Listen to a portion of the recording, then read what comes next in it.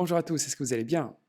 Aujourd'hui, j'ai envie de vous parler d'un sujet que j'adore, c'est les easter eggs dans les séries Marvel ou les films Marvel, et notamment les easter eggs dans l'épisode 3 de Falcon et le Soldat de l'Hiver.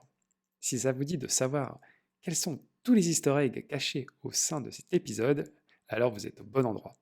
Allez, je vous dis tout, c'est parti!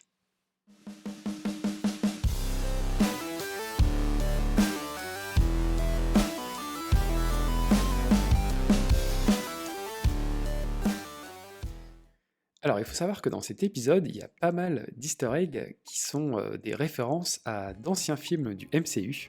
Et notamment, le premier dont j'ai envie de vous parler, c'est le carnet de Steve Rogers. Vous savez, le carnet où il y a toutes les références dans lesquelles il doit rattraper son retard après avoir été décongelé.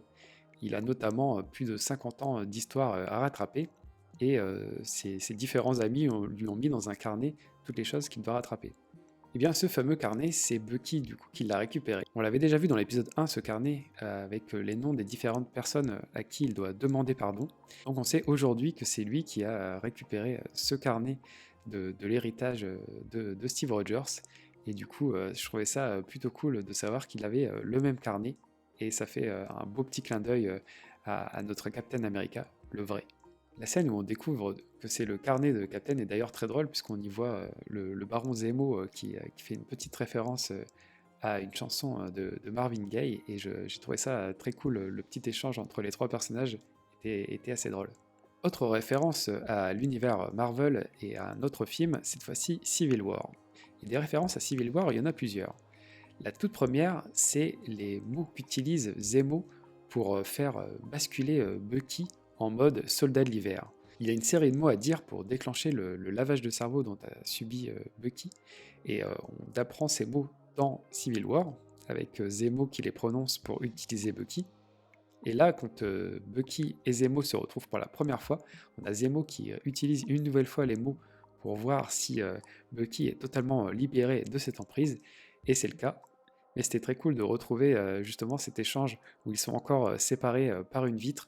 Le petit côté parallèle entre justement Civil War et la série était vraiment très cool. Autre référence à Civil War, il y a un échange à un moment où Zemo dit à Sam qu'il a déjà connu la prison. Eh bien, il fait référence au fait que Sam était en effet en prison dans Civil War. Après avoir aidé Captain, il est enfermé, vous savez, dans la grosse prison pour normalement les super vilains.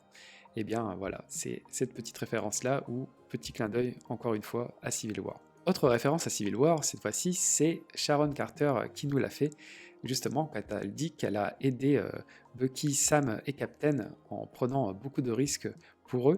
Eh bien en fait c'est la scène dans Civil War où elle leur ramène les ailes du faucon, le bouclier et il me semble le bras de Bucky.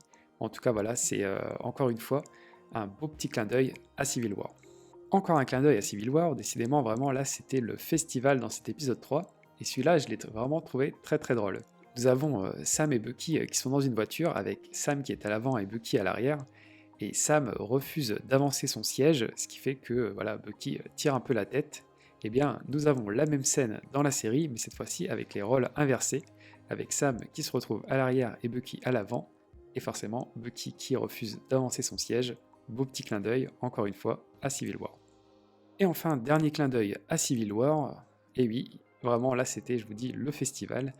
On retrouve un personnage du Wakanda, Avo, qui est de la garde rapprochée de T'Challa, et c'était très cool de la retrouver encore une fois, et elle réclame vengeance auprès du Wakanda, notamment parce que Zemo a tué l'ancien roi du Wakanda, et du coup elle est présente pour éliminer Zemo, ou peut-être juste l'emprisonner. Je pense pas qu'elle soit là vraiment pour le tuer. Après, à voir. En tout cas, c'était très cool d'avoir ce petit clin d'œil au Wakanda. Et là, pour le coup, on se dit Falcon et le Soldat de l'Hiver, c'est vraiment la suite directe de Civil War, puisque là, pour le coup, en termes de clin d'œil, ça y va plein pot. Venons-en maintenant au petit clin d'œil, mais plus comics cette fois-ci, avec un que j'ai adoré, c'est les origines du Baron Zemo qui sont enfin révélées. Je dis le Baron Zemo parce que dans Civil War, c'était juste Zemo. On n'avait pas vraiment l'impression qu'il avait des origines nobles. Et bien là, on apprend voilà, que c'est le Baron Zemo, donc pour le coup, on est totalement en adéquation avec le personnage du comics, et ça, c'est très sympa justement d'avoir un peu rattrapé ses origines via la série Falcon et le Soldat de l'Hiver. Autre point intéressant sur Zemo, il enfile enfin sa fameuse cagoule violette, qui est sa cagoule qu'il a dans les comics, et c'était plutôt pas mal de voir qu'il enfilait cette fameuse cagoule dans la série pour embraser son vrai personnage des comics. Là, on est à 100% à l'identique, et c'est plutôt sympa. Et il y aura peut-être une explication à cette cagoule, parce que pour le moment, on l'a juste vu prendre la cagoule, mais peut-être vont-ils nous trouver une explication au fait qu'il porte cette fameuse cagoule, sûrement pour cacher son identité et ne pas savoir que le baron s'est échappé de prison. Mais peut-être qu'il y a une autre raison derrière, et ça peut être très sympa. En tout cas, là au moins, on a un personnage 100% identique avec celui des comics. Autre référence aux comics, l'entrée en scène de Madripoor. Cette scène était vraiment géniale de découvrir cette ville de Madripoor. Je trouvais ça très cool, et surtout que c'est une ville qui est très importante dans les comics, parce que c'est là où Wolverine vit pas mal de ses aventures. Et du coup, ce qui est sympa aussi, c'est que maintenant que Disney a récupéré les droits de la Fox, et donc Marvel, Marvel peut utiliser les personnages des X-Men. Pour le moment, ils ne l'ont pas encore fait, mais ça ne saurait tarder. Mais ils peuvent aussi utiliser des éléments de l'univers X-Men, et notamment Madripoor, qui était une ville des origines de Wolverine, et qui maintenant est utilisée dans la série. Donc c'est un peu la première introduction de l'univers mutant dans le MCU, et ça, c'est très très cool. Autre clin d'œil aux comics, il s'agit de la référence à Conrad Mack, alias Smiling Tiger. Il s'agit d'un vrai personnage des comics, et du coup c'était très marrant de voir Sam prendre cet alias en mode identité secrète quand ils arrivent à Madripoor, parce que pour le coup c'est un personnage des comics qui existe vraiment, et qui a un peu les mêmes pouvoirs que Captain America et Black Panther. Du coup c'était assez marrant ce petit clin d'œil, et peut-être que le personnage apparaîtra, parce qu'on ne sait pas si Zemo a appris ce nom au pif, ou si c'est un vrai personnage. A priori c'est un vrai personnage qui existe, du coup assez intéressant d'avoir fait ce petit clin d'œil à un vrai personnage de comics. Autre clin d'œil caché, enfin caché, c'était quand même assez visible, on peut voir sur un des murs de Madripoor, Power Broker is watching. Ça c'est plutôt intéressant de voir ça, parce qu'on sent l'ombre du Power Broker, qui est un personnage de comics aussi qui existe vraiment. À mon avis, ses origines dans la série seront différentes, mais en tout cas, on sent que son ombre plane sur la série et qui devrait apparaître à tout moment.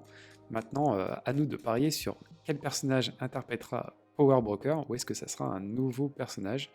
J'ai hâte de voir en tout cas, mais c'était très cool de nous teaser ce perso qui est en tout cas très proche, qui est cité plusieurs fois, et on voit que son ombre plane sur Madripoor et qu'il a l'air d'avoir pas mal de pouvoir. Et enfin, dernier clin d'œil, c'est le personnage de Wilfred Nigel, qui est en fait un vrai médecin qu'on peut voir dans les comics.